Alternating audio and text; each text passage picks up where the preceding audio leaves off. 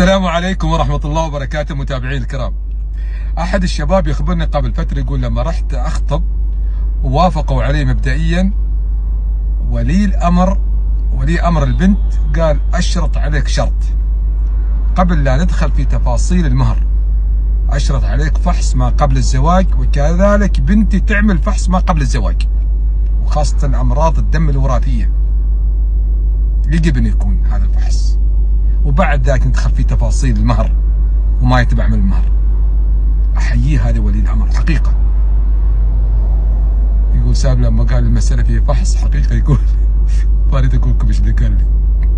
يا اخوان الفحص طبعا موجود في العيادات الموجودة المنتشرة في وزارة الصحة، وهذا رسالة لكم في المجمعات الصحية، ولكن فحص نقص المناعة المكتسب اختياري، إذا يريد الشخص يسوى له، ما يريد هذا شيء راجع له.